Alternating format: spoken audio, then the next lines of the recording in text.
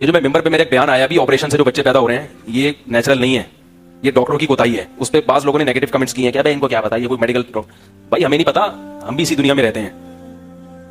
लोग कहते हैं, एक साहब ने वो उस पर कमेंट जारी किए कि वो वीडियो वायरल हुई, बहुत ज्यादा चली है, वो एक हफ्ते में 7-8 लाख तक उसके व्यूअर्स पहुंच गए।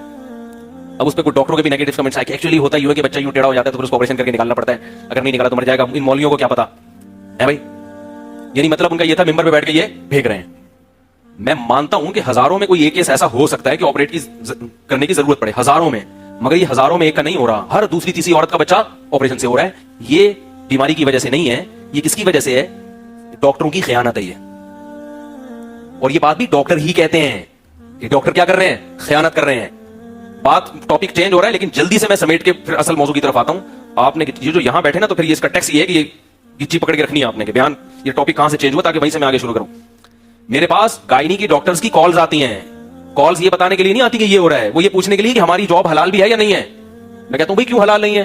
क्यों? आपको क्या कह रहे? मसला ये है कि जो हॉस्पिटल है उसने हमें हदफ दिया होता है कि इतने पैसे आपने साल में कमा के देने हैं, लिहाजा हमें पता होता है कि मां को ऑपरेशन की जरूरत नहीं है, मगर हम लिख के दे रहे होते हैं। ये डॉक्टरों की गवाही। मैं डॉक्टरों का नाम नहीं लूंगा भाई, नाम थोड़ी ले सकते हैं मेंबर पे बैठ के, फलानी डॉक्टर का फोन आया, फलानी गायनी की डॉक्टर का, ये देखो उसे जाके तस्दीक करा लो। तो कहेगी भाई आप हमारा रास क्यों बात कर रहे हो? खुद डॉक्टर्स की कॉल्स आती हैं कि अस्पताल वाले क्या करते हैं? मजबूर करते हैं। और ऑपरेशन इतना खतरनाक है औरत के लिए, नॉर्मल डिलीवरी से किसी औरत के 12 बच्चे पैदा हो जाएं, अभी डायरी में लिख लें, पूरी जिम्मेदारी के साथ कह रहा हूं, 12वें बच्चे के बाद भी ऐसी ही होगी जैसे पहले बच्चे के बाद। फिटनेस में कोई खराबी नहीं आती, बशर्ते कि उसको खुराक भी खिलाई जाए। बच्चे ही नहीं पैदा कर रहे हैं और उसको खुराक दे नहीं रहे। खुराक में क्या है? दवाएं नहीं, खजूर, दूध, सेब। बात आ रही है समझ? खजूर का अल्लाह ने खुद कुरान में जिक्र किया हामिला औरत के लिए। तो प्रेगनेंसी में खातून को क्या खिलानी है? ज्यादा खजूरें खिलाओ, दूध पिलाओ और सेब खिलाओ सुबह निहार में। तो खुराक टाइट होनी चाहिए। समझ में आ रही है बात? बाकी नेचुरल है। अगर इसकी वजह से औरत की सेहत खराब होती ना, तो ये नेचुरल प्रोसेस थोड़ी होता। औरत के लिए जरूरी है इस प्रोसेस से गुजरना, वरना बूढ़ी हो जाएगी, वरना खराब हो जाएगी वो। तो 12 बच्चे भी अगर पैदा हो जाए, खुराक का अगर प्रॉपर ख्याल किया जाए, आराम का ख्याल किया जाए, जॉब भी कर रही हैं और सुबह से लेकर रात तक मारी मारी फिर भी रही हैं घरों में, बिल्कुल, तो एक अलग चीज है। फिर उसके वो तो जाहिर है आप जुल्म कर रहे हो ना। उसके आराम का ख्याल किया जाए, उसकी खुराक का ख्याल किया जाए, तो 12वें बच्चे के बाद भी वो ऐसी होगी जैसे पहले बच्चे। फिटनेस में कोई कमी, बल्कि और ज्यादा अच्छी हो जाएगी। जिन औरतों की औलादें नहीं होती और जिनकी होती हैं, उन दोनों की फिटनेस में जमीन आसमान का फर्क। जिनकी औलाद नहीं होती बूढ़ी हो जाती है जल्दी, और ऑपरेशन से पैदा हो जाए एक। अब इसमें मैं क्या गूगल की रिपोर्ट पेश करूं? मैं कहूं अपने खानदान की औरतों को जाके देख लो जिनके ऑपरेशन से हुआ है। माजरत के साथ, भैंस में और औरत में कोई फर्क नहीं रहता। माजरत कुछ ज्यादा कह दिया मैंने, लेकिन ऐसी चर्बी चढ़ती है जिस्म के ऊपर। डॉक्टर पैसे बनाया जा रहा है, लिख लिख के बनाया जा रहा है। उसको यह भी एहसास नहीं है कि मैं क्या करूं। और वो जो एंटीबायोटिक खाएगी जख्म को पूरा करने के लिए, फौरन उस एंटीबायोटिक के असरात औरत की फीड में जाएंगे, और बच्चे की पहला जो घूंट उसके पेट में उतरेगा ना, वो ऑगमेंटन का जाएगा। भाई मां जो खाती है दूध में फौरन असरात आते हैं। बच्चा पहले दिन से एंटीबायोटिक खाना, भाई ऑपरेशन तो मां का हुआ, बच्चे को क्यों खिला रहे हो? इसलिए मेरे भाई अपने आप को इस अजाब से बचाओ। और डॉक्टरों को अल्लाह का वास्ता के, डॉक्टर ऐसा करती क्यों है जो लेडी डॉक्टर है? क्योंकि नेचुरल प्रोसेस जो है ना, 2 दिन भी लग सकते हैं, 3 दिन भी लग सकते हैं, 1 हफ्ता भी लग सकता है। समझ रहे हो? डॉक्टर के पास इतना टाइम, कह रहे क्या बार बार पेशेंट आया भी नहीं, जाओ वापस अगले हफ्ते वापस आना यार। फिर 3-4 घंटे भी लग सकते हैं उस प्रोसेस में। कहते छोड़ो यार, इतना टेंशन लेने की नहीं है, उन्होंने निपटाने होते हैं। बिजनेस बन चुका है, कारोबार बन चुका है, ये इंसानियत की खिदमत नहीं है। हाँ, मैं ये नहीं कहता कि सारे एक जैसे होते हैं, सारे कभी भी खराब नहीं होते। ये जो डॉक्टर हमें ऐसी चीजें बता रहे हैं, जाहिर है अच्छे हैं, तभी तो बता रहे हैं यार कि मेंबर पे बताओ लोगों को। कल एक डॉक्टर है, बहुत माहिर डॉक्टर है, मैं उसका नाम नहीं बताऊंगा क्योंकि नाम बताने पर पाबंदी है, बहुत मुल्कों की डिग्री है उनके पास। उन्होंने भी ये बात बताई कि बहुत कुछ क्या हो रहा है, गलत हो रहा है मेडिकल साइंस की फील्ड में, और डॉक्टर अपने पैसे बना रहे। एक और बात आपको बताऊं, ये जो डॉक्टर बात बात पे टेस्ट लिख के देते हैं, लेबोरेटरी वालों से इनके खांचे। मेरे यहां थोड़ा सा गर्दन में दर्द रहता है, मैं क्योंकि जब मैंने 8-10 साल पढ़ा है ना, तो गर्दन ऐसे करके पढ़ा है मैंने। उसका मुझे नुकसान क्या हुआ कि मेरे यहां कभी कभार पेन शुरू होता है। तो मैं कल एक फिजियोथेरेपी के एक बहुत बड़े डॉक्टर हैं, उनके पास चला गया। तो उन्होंने मुझे बताया, उन्होंने कहा कि दर्जनों डिग्रियां उन डॉक्टर के पास, तो कोई मौलवी नहीं है, बल्कि मौलवियों के खिलाफ है वो। मुझे बैठ के मुफ्तियों के खिलाफ तकरीर करना शुरू कर दी। अब मैं चुप करके, क्योंकि मेरी गर्दन का मसला था, हम सुन रहे हैं अपने खिलाफ, कह रहे हैं मौलवी 2 नंबर है ये मौलवी। मैंने कहा ज्यादा बोला तो ऐसा ना कड़क करके कुछ कर दें, अभी तो फिलहाल जैसे ही प्रति हैं भाई आप सही हो। उनको मैंने कह दिया जुम्मे के बयान में आए किसी दिन, ठीक है। तो उन्होंने बताया कि जो 50 लाख की मशीन है, अब ये प्राइवेट अस्पतालों ने MRI की मशीनें मंगवा ली। अब जिनके सर्वाइकल पेन होता है, अब उन मशीन वालों को पता है कि 50 लाख की मशीन है, तो जब तक इस पे लोग टेस्ट नहीं करवाएंगे, ये हमारा खर्चा पूरा नहीं होगा। तो डॉक्टरों से उन्होंने खांचे खोले में, जरा सा आपकी कमर में पेन है, MRI करवा लो।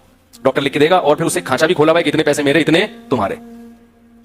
और मुझे इसकी तस्दीक ऐसे भी होती है कि मेरे पास परसों सऊदीया से कॉल आई, या सऊदीया से पाकिस्तान से। उन्होंने कहा कि मेरी क्या अर्निंग जायज है?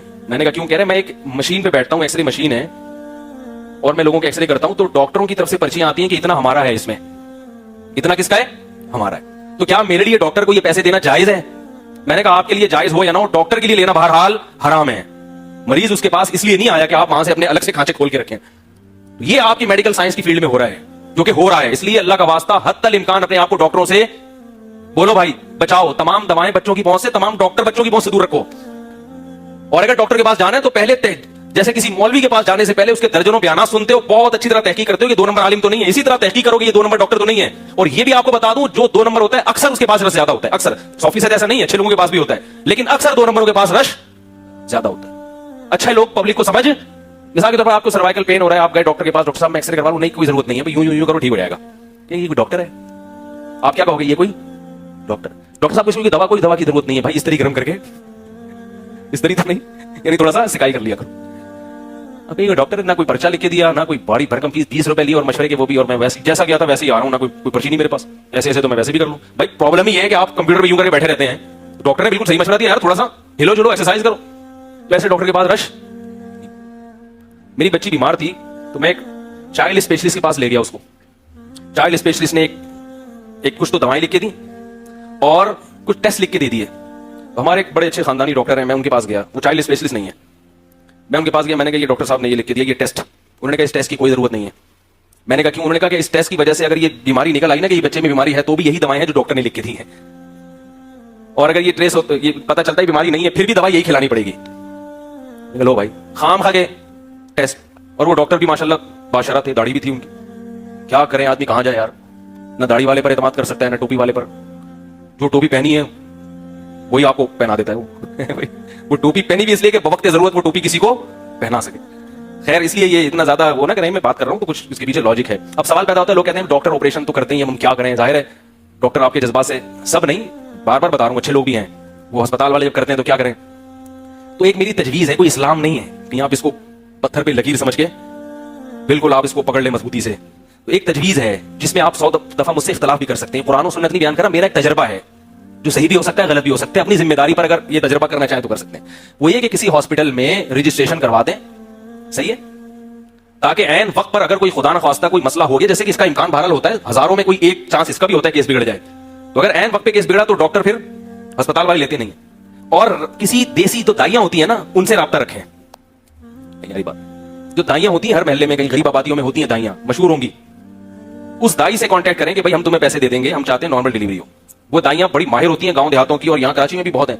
वो दाइयां आपको बगैर एक्सरे के चेक करके बता देंगी कि मसला क्या है, नॉर्मल है, एबनॉर्मल है, सही है ना? तो बहुत आराम से हिसाब किताब हो जाता है, कुछ भी नहीं होता। ये कोई ये नेचुरल है, ये कोई बीमारी नहीं है जिसमें हम डॉक्टरों को दिखाएं। तो अगर किसी को प्रेगनेंसी नहीं हो रही तो ये बीमारी है, इसमें डॉक्टर के पास जाएं। हमारे ठहर जाना, बच्चे का होना, ये नेचुरल है।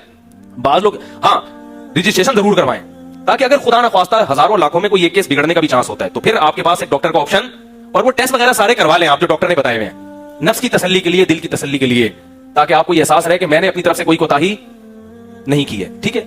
लेकिन केस डील कौन करेगा? दाई। हम लोग 7-8 बहन भाई हैं, सब जिंदा बचे हुए अल्हम्दुलिल्लाह। एक का बचपन में इंतकाल हुआ था, तो हम सब घर में पैदा हुए, घर में पैदा हुए हम सब। और आपको बताऊं कि मैंने तो बहुत सारे ऐसे मुशाहिदात हैं, अगर मैं बताना शुरू कर दूं, मैं गिलगित के, ये जो लोग कहते हैं ना पहले मौतें बहुत होती थी, अब डॉक्टरों की वजह से मरना बंद हो गए बच्चे, यकीनन ऐसा है कि पहले डिलीवरी के दौरान मौतें बहुत होती थी, लेकिन इतनी भी नहीं जितनी बयान की जाती हैं, और अब यकीनन उसमें कमी आई है, समझ रहे बात को? लेकिन इतनी नहीं होती थी जितनी हवा बना के पेश की गई है। तो उस जो चांस है ना, वो चांस के लिए मैंने आपको एक सेफ साइड बता दी कि रजिस्ट्रेशन बहरहाल आप जरूर करवाएं, वो टेस्ट जरूर करवा लें जो डॉक्टर ने बताए हुए आप। लेकिन केस को डील कौन करेगा?